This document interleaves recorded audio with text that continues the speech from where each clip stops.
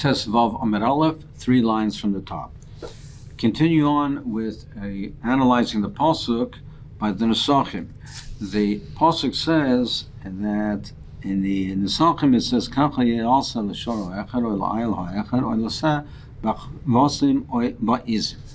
So it says that this is what should be done for the ox and the ram and the kid and the sheep among the goats. And we discussed previously that why is this necessary? The question was, why is this necessary? The pasuk mentions previously the particular nesachim that are brought for each category. So continuing on with the discussion, the Gemara says, why does the Torah say for an ayil, for the ram? The ram is the sheep in the second year. Why does it have to say that? We already know from pasuk Vav what the nesachim are. Some more answers. Shahaya bedin, because you might have said, we saw that the Torah made a chilik between the nesachim of a 1-year-old sheep and a 2-year-old. So I might have said, and therefore made a svar to say, I may have said, therefore, as it gets older, so a 3-year-old should have even increased nesachim, should have more nesachim. It says to teach you that once it's in the second year, there's no chilek, there's no difference between the second year and the third year. The way the Tiklan Chadatan explains it is either because of the yitura, the extra meaning mention of the ayil, which is not necessary, so therefore we apply it to a Mena Inyan, we apply it to all of the sheep, or from the fact that it says La'il ha'echad, that we treat all of them as echad, all as one. Once they reach the category of ayil in the second year, there's no chilik in the nesachim. The Gemara continues, why does it say l'seh b'chvasim? We already know what the nesachim are. So again, the Gemara says because you might have said we see that there is a chilik between the nesachim of a keves and that of an ayil. We should say that by the females also there should be a chilik. There should be a chilik between the first year female and the second year. It says therefore that to teach you that by the females the age does not make a difference. It has all the nesachim are all the same. The Gemara continues, why does it say it for the goats? Again, we know what the nesachim are for the goats. Because you might have said,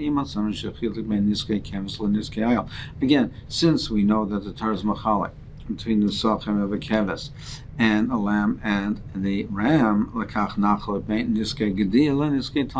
say by the goat also, there should be a chilik, that we should make a chilik between the nesachim of a young goat and an older goat. Talmud Leimer, oy bayizim. It says oy bayizim. Hikish katan should be izim legadol should be yashim. It makes a hekish between the young kid and that of the goats. Ma ze b'shleishes lugin, av ze b'shleishes lugin. Just like the kid is with 3 lugin, the goat, the older one, also is 3 lugin. So therefore, there is really no chilik in each category. If we have the category of the cattle, category of the flock, there is no chilik except for the ram. Therefore, in summary, the Gemara says that there is no chilik between the different categories. The only chilik is, the only difference that we have is by the ram. That's the only chilik. We have the nesachim of the flock. Then we say the nesachim, in all cases there is in soren, of flour, and 3 lugin of oil and wine. By the cattle, there is, we have in all cases, 3 sreinim of flour and 6 lugim of oil and wine. The exception is the ayil. The ayil is, the ram is the exception, that over there it's 2 sreinim flour and 4 of oil and wine. Right in the Gemara, V'shem Hayom Kosu, it says on the token, it was written the name of the day, so as to thwart the Ramoim. So, frankly, more Hagam Asma, well, think about it. What would be the following case? And if he has the same day, so whatever, for instance, if it's Monday, then held the next week on a Monday, then he can produce it. It has a day of Monday. Now, even though it's a different week, a Ramai could produce the token. For instance, Reuven lost it. Shimon found it, and Shimon is a Ramai. He'll produce it and say that it's his, and he'll produce it on this week, even though Reuven lost it the previous week, and Reuven's no longer here. Shimon will produce it and say he lost it today. So the Gemara says, Shem Mishmar, in addition to the day of the week, it was also written on it the day of the name, rather, of the Mishmar that was served on that day, that served during that week. In fact, the Gemara still, so a Mishmar, you can wait till the next cycle where it's the same Mishmar is serving, and it's the day of the week that he's there, and it happens to be where that Mishmar is serving. When it says, in addition, we write Shem Hayom, Shem Shabbos, Shem Chodesh, Hayikos V'Aleim. It was the day, it was the week, and the month, all that was written on it. So when you say the week, Korban says, meaning how many weeks of the month. It says how many, this is the, for instance, the first week of the month, the second or the third, etc. So therefore, I feel because even if he wants to match it up, it's going to be very difficult and very, very unlikely that he's going to be able to match it up and have it matched up with all of these different particular, the particulars that are written on the token. Sagt the Mishnah, there were two lishkos, two chambers in the base of Mikdash. Achas lishkos chashoyim. One was called the secret one, the ones of the chashoyim, the discreet ones. V'achas lishkos hakelim, and the other one was called lishkos hakelim. Lishkos chashoyim. What was that for? People wanted to give a tzedakah. They wanted to give a donation, one tzedakah. So people of Yerechet, they would deposit it there, give it secretly. And Aniyim, who were B'nai Tovim, who came from a wealthy background, and they were embarrassed to take tzedakah, then they would collect from it secretly. So every zon was b'tznius, and therefore that they shouldn't be embarrassed. So it was given discreetly, and the money was taken discreetly. Lishkas hakelim is called mishum is not a kli. If a person would donate a kli to the Beis Hamikdash, zarkal l'saycha, he would throw it into that lishka. And every 30 days, the Gizbarim would open up the chamber. We call kli shematzabait zarkal berakabayis. Any kli that was donated was given that they could use the kli itself. They could use it for the berakabayis. For instance, like a hammer, so something of that nature, manich noisa, they would leave it and use it. They would use it for the berakabayis. Bashar, the kelim that could not be used for the berakabayis, bashar and karim were sold. With the main nefel and berakabayis, and they would use the money for berakabayis. Look at the Gemara. Rabbi Yaakov bar Edi, Rabbi Yitzchak bar Nachman have a parnasim. They were the parnasim. They were the ones that the leaders of the community. They would give him a dinar, and he would give it rather to the poor people, and so the people were embarrassed to accept it from the Parnasim, so they had an intermediary, so similar to the concept that we have in the Mishnah, so that the Anim who received the tzedakah would not be embarrassed. People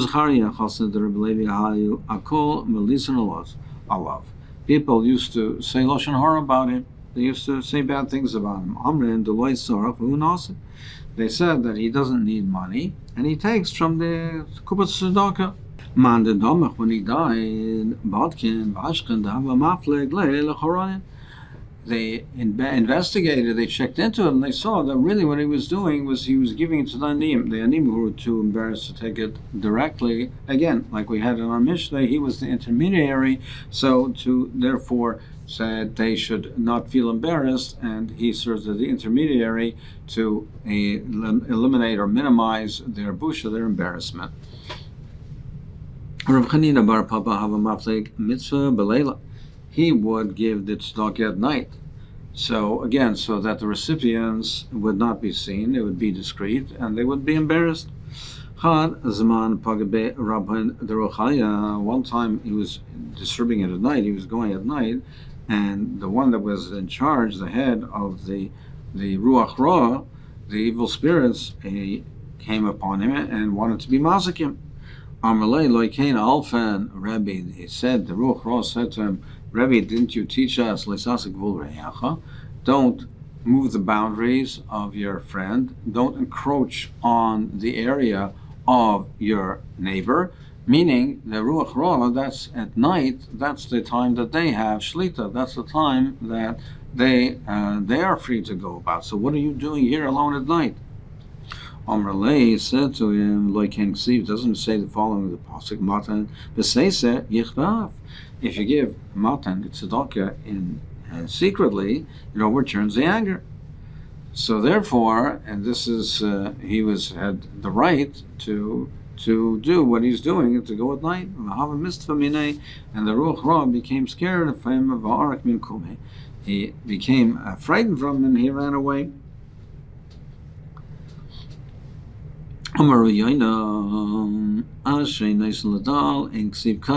The pasuk in Tehillim doesn't say Ashe Naisel Adal, who gives to the poor. Ela Ashe Maskil Aldal.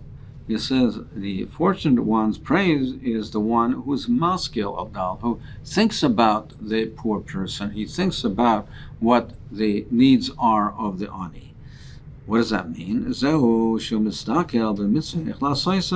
He looks into them, analyzes how to best do the mitzvah. What would Rav Yaina do?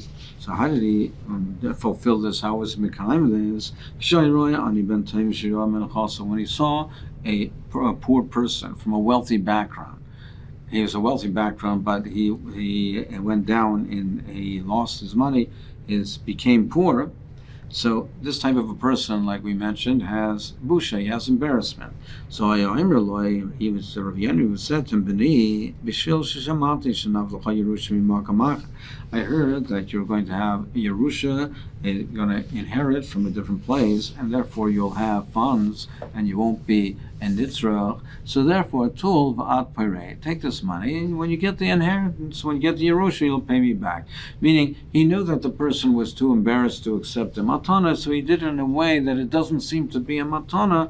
I'm giving it to you, now you'll pay me back when you get an inheritance. I know that I heard that you will get an inheritance, meaning that even though he didn't and he was not aware of that, but he wanted him to not have the embarrassment of the busha, so he gave it to him in the manner of, so to speak, alone, when he was really giving him matana. But once the poor person took the money already, Rav Yaina would say, matani lach, he would say, don't worry about it, it's a matana. Once he already took it, and then he overcame the embarrassment, then, so that he shouldn't have to worry about it, he said, don't worry about it, it's a matana. He said that there were elderly people that used to take tzedakah, but if someone would give them tzedakah in a serious Yemei Tshuva between Rosh Hashanah and Kippur, Hava Nazvin, they would accept it. But min basra kain lo hava nazvin. But after that, they didn't accept it tzedakah. There were such tzaddikim and people of Muna, they didn't accept it after that because they said, Amen, the shata gabon. They said the money, the income of the year is already before us. Meaning, between Aseres Yemei Tshuva, there isn't yet a gzar din of how much they'll receive. So therefore, they need to take the money. But after Yom Kippur already, there is already a gzar din, whatever they're meant to receive, they will receive. So they therefore did not accept the tzedakah. Whatever is meant to be for them, they will come to their hands. Nehemiah ish shichen. Nehemiah, who was a person who used to dig the ditches. Paga ba Yerushalmi echad. A poor Yerushalmi met up with him. He said, give me money enough for buy a hen, for he needed to eat, so money to have the suda of a hen. Amrli, the Nechemia said to the Yerushalmi, halacha to misa the kupan is enough piece of you don't need a hen, and here's enough money to buy some beef, a small piece of beef, and that'd be enough for you. He said for tzedakah, you shouldn't eat extravagantly. So he took the money, he bought the beef, and he ate it, and he died. He wasn't accustomed to it, and he died. And Nechemia was crying out, and he said, "Boyu v'siftu laharuga shel Nechemia. Come and make a hesped for the one that Nechemia killed." And he was mitzar so much because he felt that he was the cause of it, that he didn't give this person what he was accustomed to, and he attributed the blame to himself. Nachmish Gamzu Hayamelech Duran Leves Chamav. Nachashim Gamzu was bringing a gift to his father-in-law. Paga by Mukashchin Echad. He was met up by a person who was a Mukashchin, who was afflicted with boils, who was sick. Amalei, the man said to him, Zechaymi Mimad Izgabach, that Zechaymi have support me, and you'll have the schos of the tzedakah, I'll be nizan. So he asked him for charity. He asked him for tzedakah. Amrlei Nachum said to him, Mechzer, when I come back, I'll give it to you. Chazer vash chamis. But when he returned, he saw that the man already died. Vaha Amar lekivla, and Nachum said, he faced the mass, and he said, Einaya dechaminach v'lo yazv'lo yizdamit. He said about himself that my eyes that saw you and didn't take note of it, and didn't support you right away, that the eyes that saw you and didn't look properly, they should become blind. Yadei delay pashtan mitaloch, he's cut. The hands that didn't stretch out to give you, to support you, should be cut off. Ragalei delay ratala mitaloch yitavra, the legs that did not run to give to you, to support you, should be broken. And all these things happened to Nachamish Gamzo. So Rabbi Kiva went to visit him. Omerle said to him, he says, oy vey for me that I see you in this terrible state. Omerle Nachum said to him, Elisha ein ani roy oischabakach. He said, oy vey to me if I don't see you in such a state. Omerle Rabbi Kiva says, Ma'at mekaloleni, why are you cursing me? He says, why are you rebelling against Yisurin? These Yisurin are precious because these are going to be menaka the chet, are going to cleanse him from the chet, and then he'll be free of chet, and lost lovai, he will not have to carry the burden of this chet. So don't rebel against Yisurin, against afflictions. He was Rabbi Yosha, the teacher of his son, was someone who was blind. And he was Machabed, the Rebbe of his son, who was blind. He was Machabed him, he gave him covenant, he ate with him every day. One time Rabbi Yosha had guests, and he didn't come to eat with the blind person. He didn't come to eat with him because the people that he had the guests weren't familiar with this Rebbe. In the evening, he went to the Rebbe, to the blind teacher, and he went there to be asked mechila. Rav Ashi said to him, "Lo yochas mori alai." He said, "My master shouldn't be angry with me, because I did what I did. Begin to avle orchan yemedin, because I had guests today who didn't know you, and Amr deloy levaze b'ikar damare yemedin." And I said that it should not be a pagam on your covenant, and therefore I didn't eat with you, and therefore because I didn't want it to be pagam in your covenant, I did it for your covenant. Begin lo yichalti yemamara yemedin. And therefore I didn't eat with you today. Omrele, the teacher said to him, you are appeasing the one who is seen but can't see. The blind person can't see, but he is seen by others. Then the one who can see but is not seen, meaning the Rebbeinu Shalom, who sees everything but no one sees him, she should accept your piyusim, your appeasement. Rav Ashi said to him, where did you learn this from? Where did you learn to speak in this way? He said, Rabbi Elazar ben Yaakov. What was the Maaseh? The Rebbe Elazar ben Yaakov Ol Chad the Sagin Nahor Lekarte. A certain blind person went to his city. Yosef Rebbe Elazar ben Yaakov Ramine. Rebbe Elazar, and he sat together with him, and he wanted to make sure that people would mechaber this person.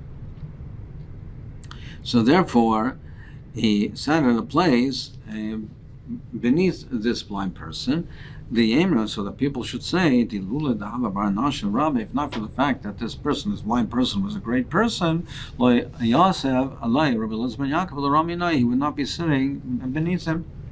So therefore, since they assumed him to be a choshev person, of parnosa diakir, therefore they gave him parnosa that he could be supported from. Amrlan, he said to them, Manhachi, why is this? Why are you treating me this so kindly? Why are you treating me this way? Amrun lay, they said, Rebbe Elazar ben Yaakov Yasal Raminach. They said, well, he sat beneath you. It must be that you must be a choshev person. So therefore they treated him with comment. And when he realized that, and then it was told him that way, he said the following, gave him the following bracha. You gave chesed for the one who is seen but cannot see. Then the one who sees but cannot be seen, which will repay your kindness. There was once a Maaseh with Rav Chama Bar Chanina v'Rabbi Aisha Hamatayim Mi'ilayin Kanishn de Lud. They were walking amongst the shuls of Lud. In Lud they had beautiful, beautiful shuls. So Omer Rav Chama Bar Chanina Rav Aisha said to him, "Kama mama and shiko avayisai kane." He was praising, and he said he felt that there was a great thing. That he said, "Look how much money my father's poured into the shul." The great mitzvah that he was praising them. Look what a great thing that they did. They spent so much money on these beautiful shuls. Amar later, Vesha said to him, "Come in the fasha shikavei. How many lives that they now are responsible for, that they, so to speak, sank or buried into this place." Loihava is b'nei inish dilan v'raisa. There are no people that are learning Torah, meaning they shouldn't have spent the money, so much money, on these edifices, on these beautiful buildings. They rather should have used the money to support Talmidei Chachamim. When there's Talmidei Chacham aren't supported, they don't spend money. You don't spend money on big edifices. The support of Talmidei Chachamim takes priority. Rabbi Avin Avadi Lein Taria, he gave him money, he would donate money to make beautiful gates. The Sadra Rabba for the yeshiva. So he made beautiful gates, and then ornamental beautiful gates. Also, Rabbi Mano Legabe said to him, Amrle, said, Chamia, my Avdis. See, look what I've done, look what the great mitzvah I did, beautifying the base medrash. Amar Lei, so Ramana said to him, it says in the pasuk, Vayishkach Yisrael, as we say, Vayiven Heicholos. It says that they forgot their Rabbi Shalom, and they made Heicholos. So they made a Heichol, so you also, as well, this is considered, so to speak, like forgetting the Rabbi Shalom. Of course, the pasuk doesn't refer to the Heicholos of the Beis Medrash, but in that manner, it's like forgetting the Rabbi Shalom. You have your priorities are not correct. There are no people there learning Torah. Your priority should have been to support the people who are learning the Torah.